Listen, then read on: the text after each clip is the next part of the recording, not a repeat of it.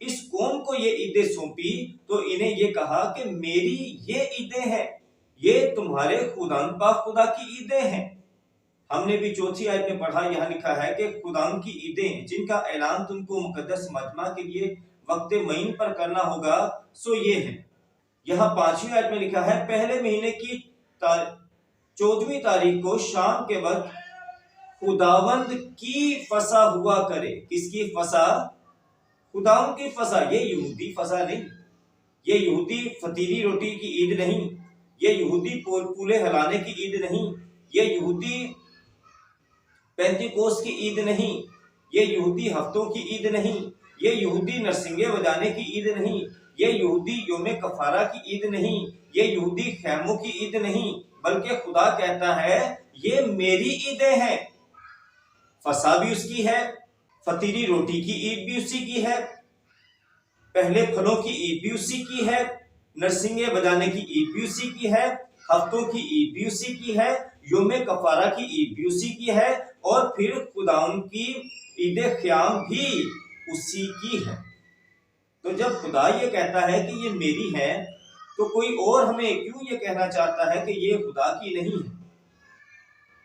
تو عیدوں کے تعارف کے حوالے سے اس سے اچھی اور معتبر بات میری سمجھ میں اور کوئی نہیں آتی کہ یہ عیدیں خدا کی ہیں۔ ان عیدوں کو اناؤنس خدا کر رہا ہے، ان عیدوں کا تعارف بھی خداوند پاک خدا خود ہی کر رہے ہیں کہ میری عیدیں۔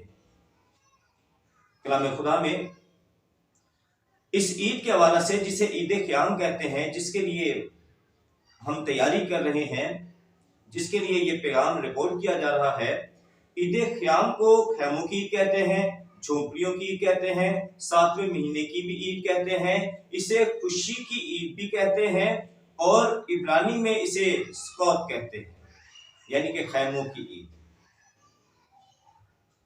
کلام مقدس میں جب ہم اسے خوشی کی عید کے طور پر دیکھتے ہیں تو احبار کی کتاب اس کے 23 باب کی 40 آیت میں لکھا ہے، سو تم پہلے دن خوشنما درختوں کے پھل اور کھجور کی ڈالیاں اور گھنے درختوں کی شاخیں اور ندیوں کی بید مجنو لینا، اور تم خداوند اپنے خدا کے آگے 7 دن تک خوشی منانا۔ ہاللیلویہ۔ تو یہ خوشی کی عید ہے، یہ جو خداوند کی عید قیام ہے یہ خوشی کی عید ہے، اسے خوشی کی عید بھی کہا جاتا ہے، اور بعض حلقوں میں تو اسے غیر اقوام کی عید بھی کہا جاتا ہے، کیونکہ یہاں یہ لکھا ہے کہ جو بھی اسرائیلی ہے یا اسرائیلی نہیں ہے، جو بھی کوئی غلام ہے تیرے ہاں پردیسی ہے، وہ بھی اس عید میں آ سکتا ہے، وہ بھی اس عید میں شمولیت کر سکتا ہے۔ تو یہ غیر اقوام کی بھی عید ہے۔ کلام خدا میں اسے مسیح کی عید بھی کہا جاتا ہے، یہ مسیح کی عید بھی ہے۔ آگے چل کر ہم اس پر بات کریں گے۔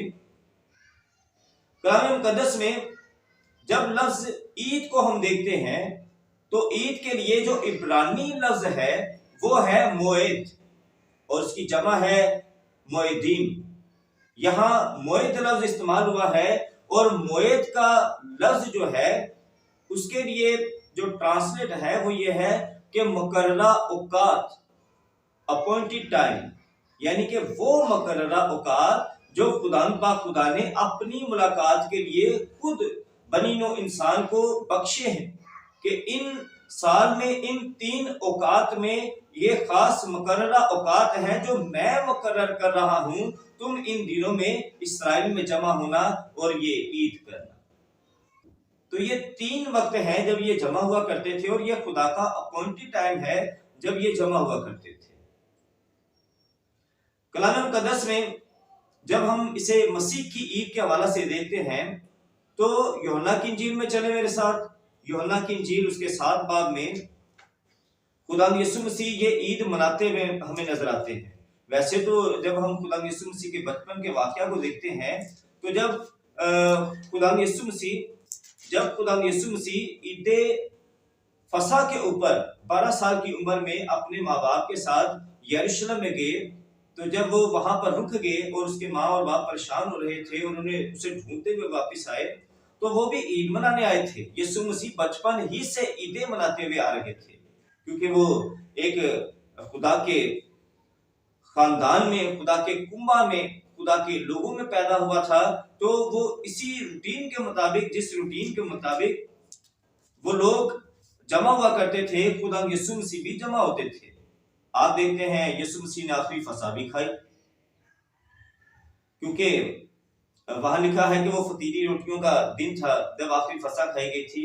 تو یسوع مسیح تو آپ یہ عیدیں مناتے تھے، ان کے لیے کوئی اور عید جو ہے وہ اتنی اہم نہیں تھی، جو خدا ان کی عید تھی وہی اس کے لیے اہم تھی۔ یہاں کلام خدا میں 7ویں باب کی، یوحنا کی انجیل اس کا 7واں باب اس کی 10ویں آیت سے میں آپ کے لیے پڑھوں گا۔ یہاں لکھا ہے، لیکن جب اس کے بھائی عید میں چلے گئے اس وقت وہ بھی گیا، ظاہرہ نہیں بلکہ پوشیدہ۔ بس یہودی اسے عید میں یہ کہہ کر ڈھونڈنے لگے کہ وہ کہاں ہے، اور لوگوں میں اس کی بابت چپکے چپکے بہت سی گفتگو ہوئی۔ بعض کہتے تھے وہ نیک ہے، اور بعض کہتے تھے کہ نہیں، بلکہ وہ لوگوں کو گمراہ کرتا ہے۔ تو بھی یہودیوں کے ڈر سے کوئی شخص اس کی بابت صاف صاف نہ کہتا تھا۔ اس کے ساتھ یہ ایک اور حوالہ پڑھتا ہوں میں، یہاں 14ویں آیت میں، اور جب عید کے آدھے دن گزر گئے تو یسوع ہیکل میں جا کر تعلیم دینے لگا۔ پھر اسی باب کی 37ویں آیت میں لکھا ہے، پھر عید کے آخری دن جو خاص دن ہے، یسوع کھڑا ہوا اور پکار کر کہا، اگر کوئی پیاسا ہو تو میرے پاس آ کر پیے، جو مجھ پر ایمان لائے گا اس کے اندر سے، جیسا کہ کتاب مقدس میں آیا ہے، زندگی کے پانی کی ندیاں جاری ہوں گی۔ تو کلام خدا میں یسوع مسیح ان عیدوں کو مناتے ہوئے میں نظر آتے ہیں، اور یہ عید قیام ہے، یہ عید قیام کی بابت بات ہو رہی ہے۔ تو یسوع مسیح کے بھائی جو اس وقت تک شاید اس پر اتنا اعتماد نہیں کر رہے تھے یا اسے صحیح طرح سے جان نہیں پا رہے تھے، تو وہ اسے کہہ رہے تھے کہ تو عید میں یروشلم کو جانے والا نہیں، لوگ تجھے سننا چاہتے ہیں، تو کیوں نہیں جاتا؟ تو یسوع مسیح نے ان سے کہا کہ تم ابھی جاؤ، ابھی میں نہیں آتا۔ پر جب وہ چلے گئے تو یسوع مسیح وہاں پر چپکے سے آئے۔ اور یہاں آپ دیکھیں، لوگ جو ہیں یہودی اور کاہن جو تھے وہ یسوع مسیح کو پکڑنے کی سازش میں تھے تاکہ اسے تکلیف دیں اور اسے مار ڈالیں، پر یسوع مسیح اپنی جان ہتھیلی پر رکھ کر، اپنی جان جوکھوں میں ڈال کر اس عید کو منانے کے لیے گئے۔ یسوع مسیح کے لیے اپنی جان اتنی عزیز نہیں تھی، بلکہ یہ عید زیادہ عزیز تھی۔ اور یہاں ہم نے دیکھا کہ یسوع مسیح آپ یہ عیدیں مناتے ہوئے نظر آتے ہیں، تو اس کا مطلب یہ مسیح کی عید ہے۔ پر اس سے بڑی بھی ایک اور بات ہے، آئے میرے ساتھ دیکھیں، زکریا کی کتاب میں چلیں۔ زکریا کی کتاب میں اس کے 14ویں باب میں کلام خدا میں اس طرح سے لکھا ہے، اس عید کے حوالہ سے،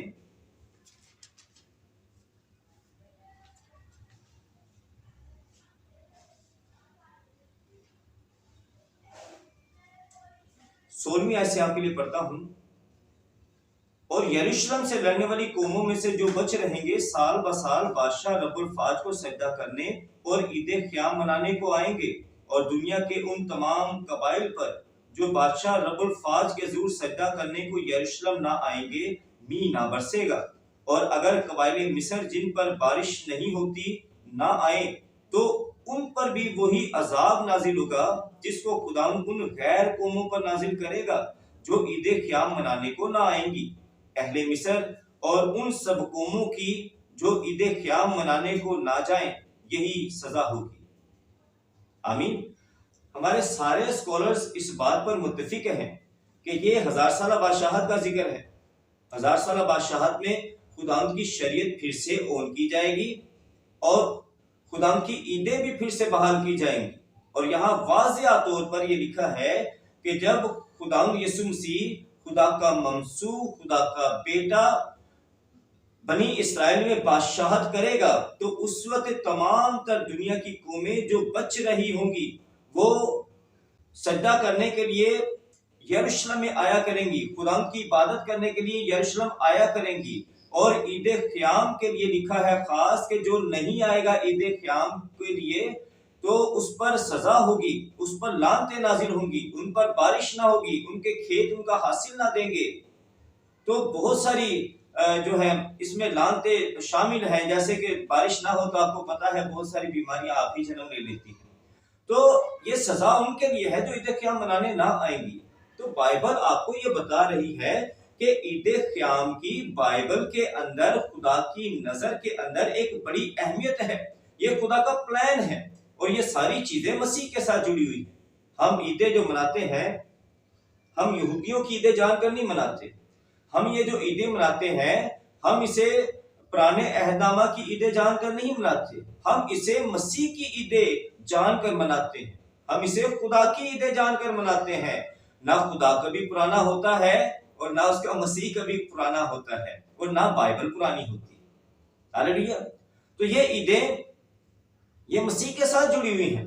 اگر ہم مسیح کو الگ کر کے ان عیدوں کو منائیں تو پھر ہم مسیحی نہیں کہلاتے۔ مسیح کو ساتھ میں رکھ کر یہ عیدیں ہم مناتے ہیں۔ فصح، کیونکہ وہ ہمارا فصح ہے اس لیے ہم فصح مناتے ہیں۔ عید فطیر، کیونکہ مسیح ہماری خاطر بے خمیری روٹی کی طرح جو ہے وہ رہا، ہم اس کے لیے عید مناتے ہیں۔ پہلے پھلوں کی عید، وہ مردوں میں سے جی اٹھنے والوں میں پہلوٹا ہے، اس لیے ہم پہلے پھلوں کی عید مناتے ہیں۔ عید پینتیکوست، اس روز جو وعدے کیے گئے تھے یسوع مسیح میں، تو اس روز وہ وعدے پورے کیے گئے، روح القدس نازل ہوا، اور ہم اس لیے عید پینتیکوست یعنی کہ ہفتوں کی عید مناتے ہیں۔ نرسنگوں کی عید، اس میں خدا یسوع مسیح نرسنگوں کے ساتھ اترے گا، اس لیے ہم نرسنگوں کی عید مناتے ہیں، کیونکہ وہ مسیح کا دن ہے، وہ نرسنگوں کے ساتھ آئے گا، نرسنگوں کی عید کا دن۔ یوم کفارہ، یہ قوم کی بحالی کا دن ہے، ساری قوم بحال کی جائے گی۔ ہم اس لیے اس عید کو مسیح میں ہو کر مناتے ہیں کہ وہ ہمارا کفارہ ہے، اسی میں ہم بحال کیے جائیں گے اور سب اسی میں بحال کیے جائیں گے۔ ہاللیلویا۔ اور عید قیام بھی ہم اسی لیے مناتے ہیں کیونکہ یسوع مسیح جو خدا کا بیٹا ہے وہ اپنا خیمہ ہمارے درمیان میں لگائے گا، یعنی کہ خدا کا خیمہ آدمیوں کے درمیان، اور جب خدا کا خیمہ آدمیوں کے درمیان ہوگا تو پھر ساری مصیبتیں، ساری تکلیفیں، ساری بیماریاں، آنسو، غم، آہیں سب جاتی رہیں گی۔ آمین۔ تو یہ مسیح کی عیدیں ہیں، ہم انہیں مسیح کی عیدیں کہہ کر مناتے ہیں۔ اب بائبل کے اندر ایک جو خاص ٹاپک ہے جس پر اس وقت آج میں بات کرنا چاہتا ہوں وہ یہ ہے کہ یہ عیدیں بحالی کی عیدیں، یہ عیدیں بحالی کی عیدیں۔ جب تک بحالی نہیں تب تک عیدیں نہیں۔ جب تک کوئی روحانی طور پر بحال نہیں ہو جاتا اسے عید منانے کا حق نہیں ہے۔ جب کوئی بحال ہوتا ہے تو تب عید ہوتی ہے۔ بنی اسرائیل غلامی میں تھے، پر غلامی میں انہیں کوئی عید نہیں دی گئی۔ جب بنی اسرائیل مصر سے نکل آئے تو پھر کوہ سینا پہاڑ پر خدا نے اپنی یہ 7 مقررہ عیدیں انہیں عطا کی۔ تو یہ غلاموں کی عیدیں نہیں۔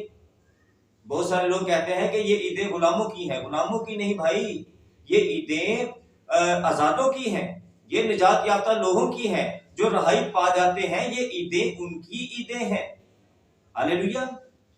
اس کے بعد ہم دیکھتے ہیں کہ جب بنی اسرائیل پھر سے گناہ میں گر گئے تو خدا نے اپنے نبیوں کو بھیج کر یہ پیغام دیا کہ میں تمہاری عیدوں سے نفرت کرتا ہوں، میں تمہارے نذرانوں سے نفرت کرتا ہوں، میں تمہارے ہدیوں سے نفرت کرتا ہوں، میں تمہاری دعاؤں کو قبول نہیں کروں گا، میں تمہاری قربانیوں کو رد کر دوں گا۔ تو جب تک بحالی نہیں تب تک عیدیں نہیں۔ بہت سارے خادمین اس بات کو لے کر ڈھنڈورا پیٹتے رہتے ہیں، ناہوم کا حوالہ، صفنیہ کے حوالے، ہوسیہ کے حوالے، یسایہ نبی کے حوالے، کہ جو اس بات کے لیے ہیں کہ خدا تمہارے مقررہ چاند اور عید کو جو ہے وہ رد کر دے گا، خدا تمہاری عیدوں سے نفرت کرتا ہے۔ بہت سارے لوگ ان حوالوں کو پیش کرتے ہیں اور کہتے ہیں کہ دیکھیں جی خدا تو ان عیدوں سے نفرت کرتا ہے اور یہ چلے ہیں یہ عیدیں منانے کے لیے۔ تو یہ نفرتی عیدیں ہیں، یہ نفرتی لوگ ہیں۔ عزیزو، ایسا بالکل ہے، پر جب کوئی گناہ میں ہے تو پھر اس کے لیے یہ کلام آیا ہے، پر جب وہ گناہ سے نکل آئے تو جب وہ بحال ہوئے ہیں، جب وہ خدا کی طرف آئے ہیں تو پھر خدا نے انہیں عید منانے کو جو ہے وہ کبھی نہیں روکا۔ اور ہم نے تو یہی دیکھا ہے کہ جب قوم بحال ہوتی ہے تو وہ عید مناتی ہے۔ اس کے لیے میں چند حوالے آپ کے سامنے پیش کروں گا۔ سب سے پہلے میں دوسرا تواریخ اس کا 30 باب دوسرا تواریخ اس کا 30 باب اس کی 18 آیت سے 22 آیت تک کتاب مقدس میں سے پڑھوں گا۔ دوسرا تواریخ اس کا 30 باب اس کی 18 آیت سے 22 آیت تک کتاب مقدس میں سے میں پڑھوں گا، جو ذرا غور سے سنیے گا۔ اس سے پہلے میں آپ کو بتاؤں کہ یہ وہ وقت تھا کہ جب بنی اسرائیل میں پچھلے جو شاہ گزرے تھے انہوں نے بنی اسرائیل کو عیدوں سے دور کر دیا اور وہ گناہ پر گناہ کر رہے تھے اور خدا کی شریعت کو رد کر دیا تھا۔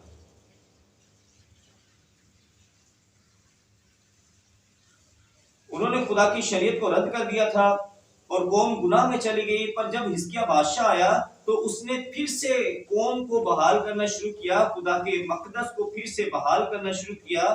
تو اس وقت یہ حوالہ میں جو آپ کے سامنے پڑھ رہا ہوں یہ رقم کیا گیا اور لکھا ہے، وہ خدا کے لیے مقدس ہوں، کیونکہ افرایم اور منسی اور اشکار اور زبولون میں سے بہت سے لوگوں نے اپنے آپ کو پاک نہیں کیا تھا، تو بھی انہوں نے فسح کو جس طرح لکھا ہے اسی طرح نہ کھایا، کیونکہ حزقیہ نے ان کے لیے یہ دعا کی تھی کہ خدا جو نیک ہے ہر ایک کو جس نے خدا اپنے باپ دادا کے خدا کی طلب میں دل لگایا ہے معاف کرے، گو وہ مقدس کی طہارت کے مطابق پاک نہ ہوا ہو۔ اور خدا نے حزقیہ کی دعا سنی اور لوگوں کو شفا دی۔ اور جو بنی اسرائیل یروشلم میں حاضر تھے انہوں نے بڑی خوشی سے 7 دن تک عید فطیر منائی، اور لاوی اور کاہن بلند آواز کے باجوں کے ساتھ خدا کے حضور گا گا کر ہر روز خدا کی حمد کرتے رہے۔ اور حزقیہ نے سب لاویوں سے جو خدا کی خدمت میں ماہر تھے تسلی بخش باتیں کی، سو وہ عید کے 7ویں دن تک کھاتے اور سلامتی کے ذبیحوں کی قربانی چڑھاتے اور خدا اپنے باپ دادا کے خدا کے حضور اقرار کرتے رہے۔ پھر ساری جماعت نے اور 7 دن ماننے کا مشورہ کیا اور خوشی سے اور 7 دن منائے۔ آمین۔ تو یہاں کلام خدا میں یوں لکھا ہے کہ جب حزقیہ بادشاہ کے دور میں قوم بحال کی گئی، ملک کو پھر سے بحال کیا گیا، مقدس کو بحال کیا گیا، تو یہاں پھر سے عید جو ہے وہ منائی گئی، اور اس سے پہلے عیدیں بند تھی۔ جب خدا کی قوم بحال ہوتی ہے تب عیدیں بھی بحال ہوتی ہیں۔ جب تک آپ بت پرستی میں زندگی گزاریں گے، خدا سے دوری میں زندگی گزاریں گے، آپ عیدوں سے دور ہیں، کیونکہ خدا آپ کو خود دور کر دیتا ہے۔ پر جب آپ روحانیت میں آتے ہیں تو پھر عیدیں بھی ساتھ میں ہی بحال ہونا شروع ہو جاتی ہیں۔ آمین۔ تو یہاں ہم دیکھتے ہیں کہ حزقیہ بادشاہ جو ہیں انہوں نے پھر سے عیدوں کو اون کیا، اور یہاں کلام خدا میں یہ لکھا ہے کہ خدا نے اس کی دعا سنی۔ یہی خدا جو یسایہ کی کتاب میں کہہ رہا ہے کہ تم دعا پر دعا کرو گے میں تمہاری دعا قبول نہیں کروں گا، پر یہ چند سالوں کے بعد یہی خدا پھر سے ان کی دعائیں سن رہا ہے اور ان کی عید کو بھی قبول کر رہا ہے۔ تو اس کا مطلب کہ خدا عیدوں سے نفرت نہیں کر رہا، کیونکہ عیدیں تو خدا کی ہیں، پر خدا یہ کہتا ہے کہ نیت کے ساتھ خالص طالب ہو کر آؤ، گناہوں سے پاک ہو کر آؤ، تو میں تمہیں اور تمہاری عیدوں کو قبول کرتا ہوں۔ یہاں ایک بڑا خوبصورت اور بھی سبق ہے کہ لکھا ہے کہ وہ لوگ عید کو ٹھیک طرح سے منانا نہیں جان رہے تھے۔ عید کیسے منانی ہے اس طرح سے انہوں نے اپنے آپ کو پاک کرنا تھا، پر وہ پاک نہیں کر پائے۔ پر حزقیہ نے یہ خدا کے حضور میں دعا کی کہ اے خدا یہ اس طرح سے پاک نہیں ہے جیسے آپ کا کلام کہتا ہے، پر یہ جیسے بھی ہیں اس وقت یہ آپ سے دل لگائے ہوئے ہیں، آپ کے طالب ہوئے ہیں، آپ ان کی اس خطا کو معاف کر کے انہیں قبول کیجیے۔ اور لکھا ہے خدا نے حزقیہ کی دعا سنی اور انہیں شفا دی۔ تو اس کا مطلب کیا ہوگا؟ وہ لوگ جو کہتے ہیں کہ جی عید تے تانوں اے کرنا چاہیے، عید تے او کرنا چاہیے، انج ہونا چاہیے، انج ہونا چاہیے، انہیں پاک انہیں نہ پاک، انہیں بکرے لے کے آؤ، انہیں بچڑے لے کے آؤ، اے طریقہ کار ہے، او طریقہ کار ہے۔ بھائی آپ اپنی سٹوریاں، اپنی تمام تر جو ہے تعبیلیں اپنے پاس رکھیں۔ ہم کلام مقدس میں سے یہ جانتے ہیں کہ جب حزقیہ کے دور کے اندر لوگ پوری طرح سے عید منانا نہیں جانتے تھے یا اس طرح سے تیار نہیں تھے، پھر بھی خدا نے ان کی دعا بھی سنی، ان کی عید کو بھی قبول کیا اور انہیں بھی قبول کیا۔ تو خدا آج بھی ان لوگوں کو جو عید کی طلب رکھتے ہیں، جو خدا کے طالب ہو چکے ہیں، وہ پوری طرح سے اگر اپنے آپ کو پاک نہیں بھی کیے ہوئے تو بھی خدا ان کی نیت، ان کی ارادہ کو دیکھ کر خدا انہیں بخشتا اور انہیں پاک کرتا۔ آمین۔ آگے چل کر ایک اور حوالہ ہے، یہ دوسرا تواریخ 35 باب، وہاں یوسیہ بادشاہ کا ذکر ہے۔ یوسیہ بادشاہ 35 باب کی پہلی آیت سے 17 آیت تک اس کا ذکر ہے۔ اور یوسیہ نے یروشلم میں خدا کے لیے عید فصح کی، اور انہوں نے فصح کو پہلے مہینے کی 14ویں تاریخ کو ذبح کیا۔ یہاں بھی بائبل پڑھنے والے جانتے ہیں کہ حزقیہ بادشاہ کے بعد قوم پھر گمراہی میں چلی گئی، پھر عیدیں چھوڑ دیں، پھر خدا کی تعلیم چھوڑ دی، شریعت چھوڑ دی، پیروی خدا کی چھوڑ دی۔